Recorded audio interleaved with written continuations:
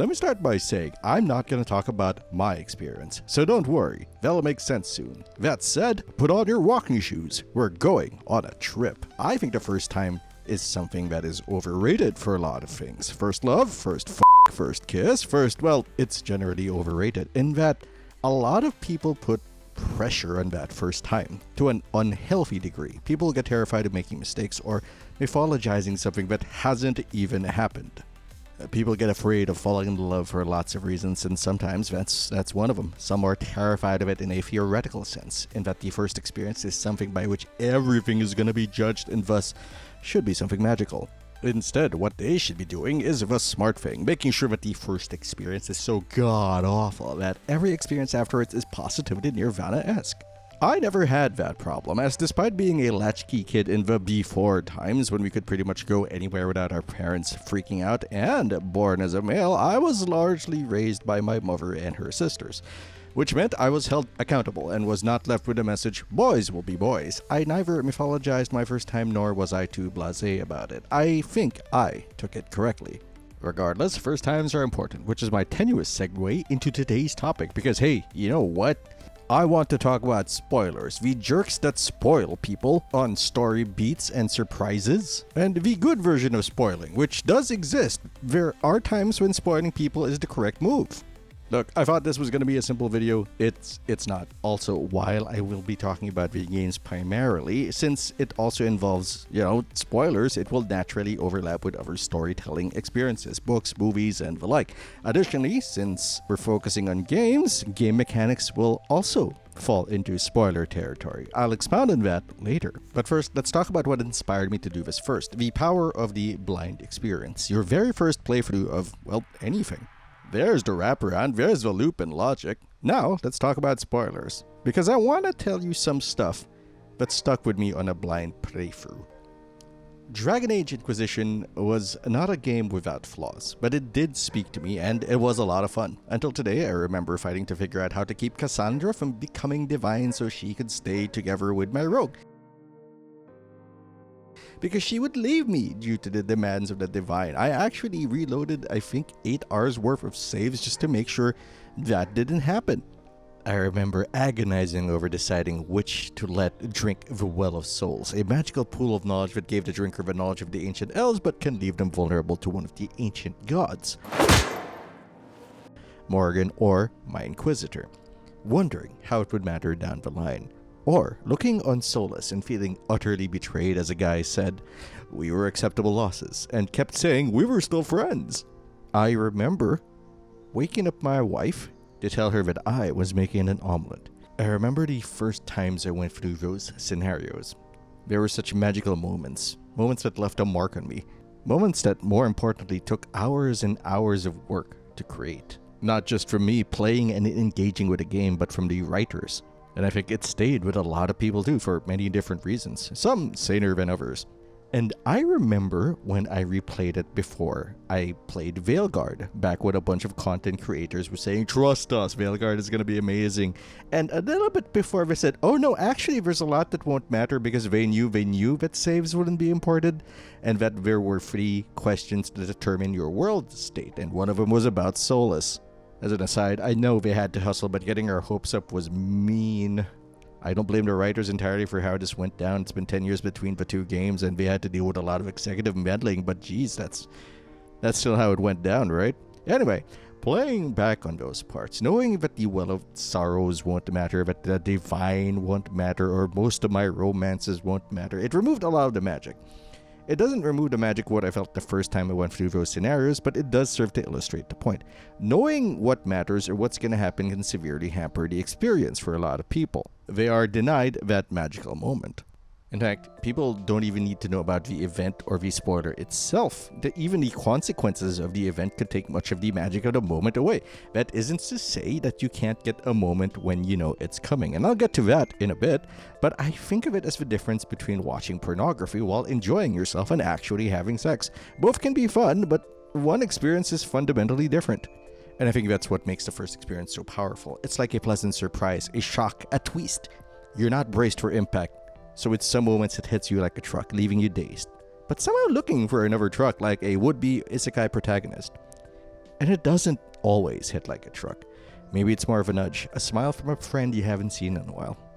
One that leaves you excited to find out what's gonna happen next.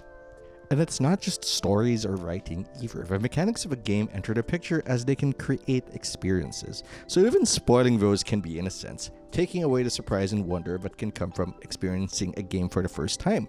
There's so-called emergent gameplay. But we return to Veilguard, a game that I thoroughly enjoy for what it was, despite the first part feeling like walking in on someone else's emotional climax. It technically counts as being spoiled for mechanics, and we will discuss the part of the discussion that revolves around advertising as part of spoiling and how companies just need to figure out what to spoil.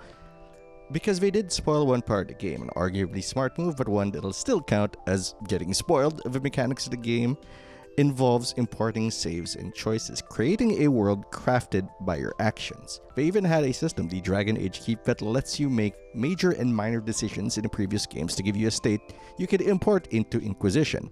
That was all scrapped in favor of a 3-question interview at the start of Veilguard. That information was revealed before the game came out and pretty much told you which actions would matter. There are some reasons a lot of the in-game actions in the previous game won't matter, but there were a lot that should have mattered that got swept under the rug. That's our bells, knobbers. We freaking win. The Doylist explanation of it is irrelevant for the purposes of this discussion. It's about how it impacted both expectations of the game as well as how I and others could view previous runs, since the experience of the game for me revolved around the world I was crafting. I even had a world state that was basically fuck soulless. The news that most of my choices didn't matter took a lot of the wind out of my sails. This is all to illustrate the impact of a negative mechanics spoiler, which it arguably is, though it is a thing that informs gameplay tremendously, a fact which we will cover in a bit, and how it can take the story and take the wind out of its sails. It's an example that's a bit on the nose, I admit, but it does work. I mean, there's more to this, of course. Anything with the idea of emergent gameplay can play with this. Unexpected system interactions. I didn't know we could do that. It's a little bit harder to come up with examples for this, because much like your experience with reading a story or your media literacy, you can slowly come to expect some things as you play more games. Which, by the way, just because you can predict story arcs and twists doesn't mean it was written poorly. In fact, it probably means they did it very well, and I will get to that again later. There's a lot we're going to get to later. This is the intro. This is how that works. All of that said, there are good reasons and ways to spoil people, and there are bad reasons and ways to spoil people. But before the bad and the good, we gotta ask, when does it matter? This was about the point that I realized this was going to be a long one. Because the first thought I had was it only matters with story-driven games. That's the obvious answer, and spoilers are most associated with stories. Additionally, that's where most effort is put, but that's also a tough ask. Just because we don't see the effort doesn't mean that's not where it is. The second thought is that some games aren't story-driven, and yet the story matters. So I find that I needed to define an important term in a video that is rapidly gaining length because I want to be thorough. What does story-driven mean? Is it a game that prioritizes storytelling over gameplay, like a walking simulator, a la What Remains of Edith Finch or The Beginner's Guide? But I have a mental block against those games, so I do enjoy them. I try not to judge them too strictly.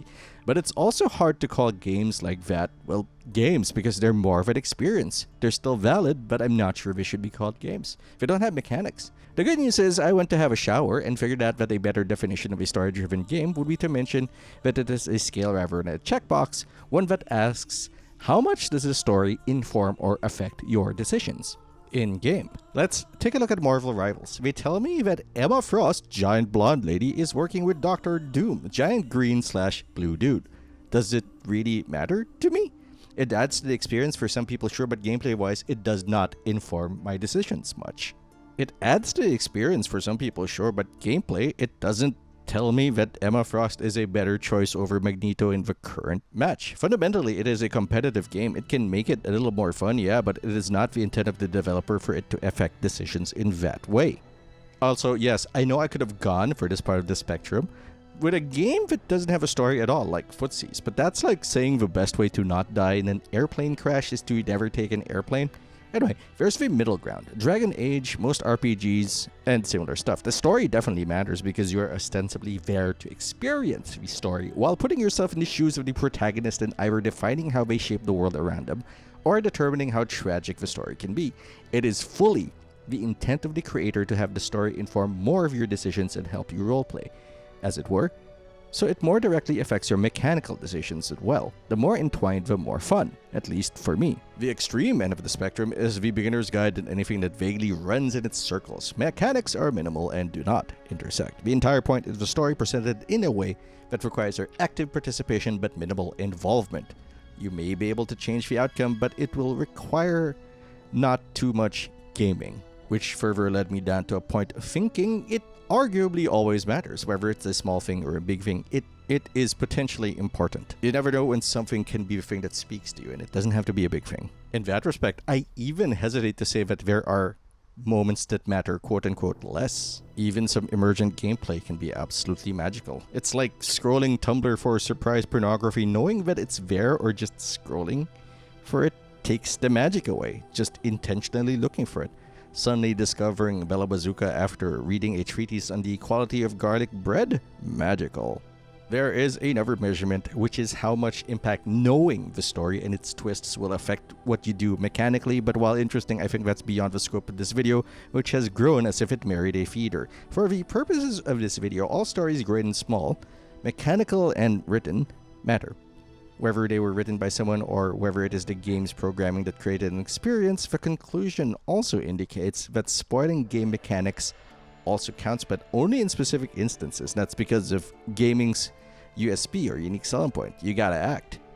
You make the move. Telling someone what you can or indicating what could possibly happen can remove some of the fun or excite people depending on how you do it and what you reveal. But first, let's talk about the people who spoil and why they are jerks. I find this part of the video a lot simpler because I just have to tell you that writing is hard, like super hard. Phrasing. Like, it is a lifelong journey, and there are many theories around it, not just the actual act of writing, but the study of it and the reading of the written word. There are readings of works that can drastically impact how it is interpreted, and that is great. It's beautiful to see something in your mind's eye and find the words to make people think or imagine what you have within you. But writing, whether for film, game, or book, is a goddamn nightmare for a lot of people, and even for those for whom writer's block is closer to myth than a daily experience, making something that speaks to someone is difficult. Even more difficult is the understanding that no matter how good you are, it will be impossible to convey that specific idea to everyone. Thank you, Tower of Babel. So you do what you can, and you accept the interpretation of your work is varied, and you hope that maybe a little bit of magic gets through. Let's take the idea of a tragedy, for example. How do you write a tragedy? I mean, a really good one is one where it seems like it could have gone differently, you know? A single character could have made a different choice and everything could have ended up better. But the fact is, it was always going to end up like this. Take Arcane. I think everyone there, every character there was just trying to do what they thought was best in the moment with the information they had. Had they chosen something different, yeah, things would have been different. But if they had chosen differently with what they knew, with what they wanted to happen, then they wouldn't be those characters. They were who they were, and Arcane Season 1 ended up being amazing for it. The hysterically mispronounceable Heraclitus is attributed to have said character is fate. This is what he and presumably other Greek philosophers meant. Who they are as characters defines their fate. Now you know that. Now a lot of people know that. But if knowing stuff like this was all it took to be a great writer, to have great moments, then we'd have a lot more good shit out there, wouldn't we? You know, but we don't, because it's more of in skill too. Sometimes it's an understanding of what audience they're aiming for and knowing what words to get there. But I think more often it's luck and knowing how to use their newfound cultural place to more clearly push their ideas. And that's nothing short of a miracle, isn't it? For every successful writer out there, there's like a million drowning, stuck in the depths of the abyss because sadly they just weren't lucky. They just couldn't find the audience, and they will be resigned to the void. And then this jackass decides to take all that luck, all that effort, all that fortune and make it about them. You know how a crime requires a victim and a perpetrator, much like online dating? It was Jackass Jed with information in the comments, and the victim was you and the writer. Instead of being about you and a writer's work, instead of it being about the crafted experience, it's just a bunch of words that remove a lot of the effort. Worse, it becomes less about generating an experience and maybe putting some light into your life and making the world a better place. And, becomes more about Jackass Jed and hurting people and theft and just plain old selfishness. The amount of work that comes into creating an experience is immense. Far more than I could ever describe in this video. Far more than I could ever understand in my life. And some people spoil with the intent of what? Clout? Being liked? If a story or experience is designed specifically to make people think or feel things, and many such cases, then Jackass Jed is robbing the story of much of its point.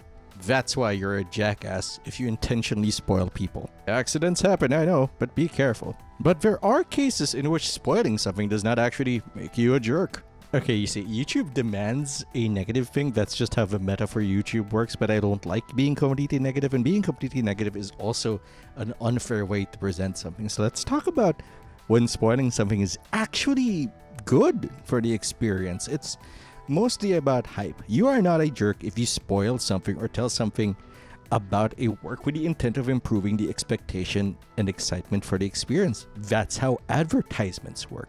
That's how good trailers work. They spoil a bit about what you're about to experience, game, movie, or book, but in such a way that it lacks proper context. It makes you intrigued. How did we get here? And where did my pants go? Do that, right? And people will pay in a post-2020 society to hang out in a room with a bunch of loud strangers just to experience something, just so they don't have to wait till it comes to streaming. And that alone is a art in itself. Advertising does have that problem. Do they tell too much or do they not say enough? But generally, most anything hypes people up. So that kind of makes the job easier. I think an example of telling too much, at least for me personally, was Diablo 3. One of the advertising campaigns for Diablo 3 was just to tell everyone what uniques were in the game in an open database. Instead of anybody exploring and discovering something, they just said, hey, here's the database. Data miners are going to get to it anyway. Enjoy.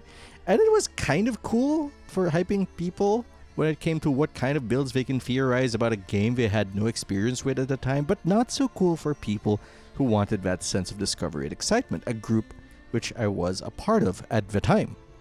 This naturally should tell us that each person is looking for a different experience from something, and oh my god. I think generally, if you want to spoil someone on something, you need to know them well enough. They need to process what could get you hyped and what just counts as bad spoiling you. Like a best friend telling you over Chinese after shopping for magic cards that I should tell you the ending of Matrix Revolutions because they know that that's something I would not like. That actually happened, by the way.